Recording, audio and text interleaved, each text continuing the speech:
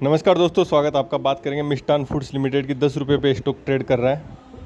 तो इस वीडियो में हम जानेंगे कंपनी से जुड़ी कुछ अपडेट, फाइनेंशियल, फंडामेंटल स्टॉक कैसा है, क्योंकि कंटिन्यू हम वीडियो बनाते आ रहे हैं और कंपनी में जून क्वार्टर के रिजल्ट आने के बाद यहाँ पे जो अपडेट है उसकी हम यहाँ पे चर्चा करेंगे। वीडियो काफ़ी छोटा इन्फॉर्मेटिव है, आप अंत तक जरूर देखें।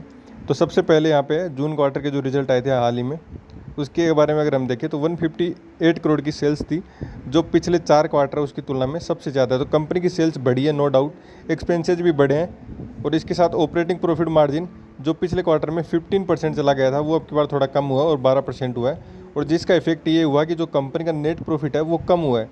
सेल्स बढ़ी है लेकिन बावजूद उसके नेट प्रॉफिट यहाँ पे कम हुआ है, क्योंकि जो ऑपरेटिंग प्रॉफिट मार्जिन है वो थोड़ा कम हो गया। तो ओवरऑल देखिए सेल्स बढ़ी है और ये सबसे बड़ा पॉइंट है कंपनी के लिए कि सेल्स कंटिन्यू कंपनी की बढ़ रही है। इसके बाद पिछले 3-4 साल का अगर आप रिजल्ट देखोगे तो इतना खास नहीं है प्रॉफिट वाइज, लेकिन कंपनी जो पिछले 5-6 क्वार्टर में जो अच्छा परफॉर्मेंस दिया उसका नतीजा ये रहा है कि मार्च 2022 में कंपनी की जो प्रॉफिट थी वो थी 31 करोड़ और अभी जून में ऑलरेडी 11 करोड़ कंपनी कमा चुकी है।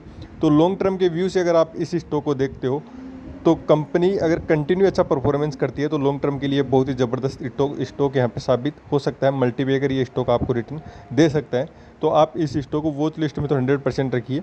इसके अलावा जो दूसरा एस्पेक्ट है कि अगर लॉन्ग टर्म के व्यू से देखना तो रिजर्व कंपनी है वो अपना बढ़ा रही है, ये काफ़ी अच्छी बात है। यहाँ पे आप देख सकते हैं 20 करोड़ से 51 करोड़ एक साल के अंदर, और जो बोरोइंग है वो यहाँ पे 54 थी 41 हो गई है। तो बोरोइंग कम की है और रिजर्व बढ़ा है। आने वाले टाइम में यदि कंपनी डेब्ट फ्री होती है, रिजर्व यहाँ पे कंपनी का जैसे अगर 100 करोड़ पार करता है, तो आप समझ सकते हैं किस लेवल का यहाँ पे पॉजिटिव पॉइंट होगा कंपनी के लिए कि डेब्ट फ्री ये कंपनी होती है आने वाले टाइम में।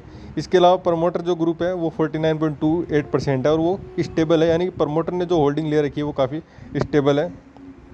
तो ये सारे पॉइंट है कंपनी के पक्ष में जा रहे हैं। इसके अलावा अगर आप देखते हो 1000 करोड़ का यहाँ पे कंपनी का मार्केट कैप है, 1000 करोड़ को यहाँ पे टच कर दिया। ROE कंपनी का काफ़ी सही है।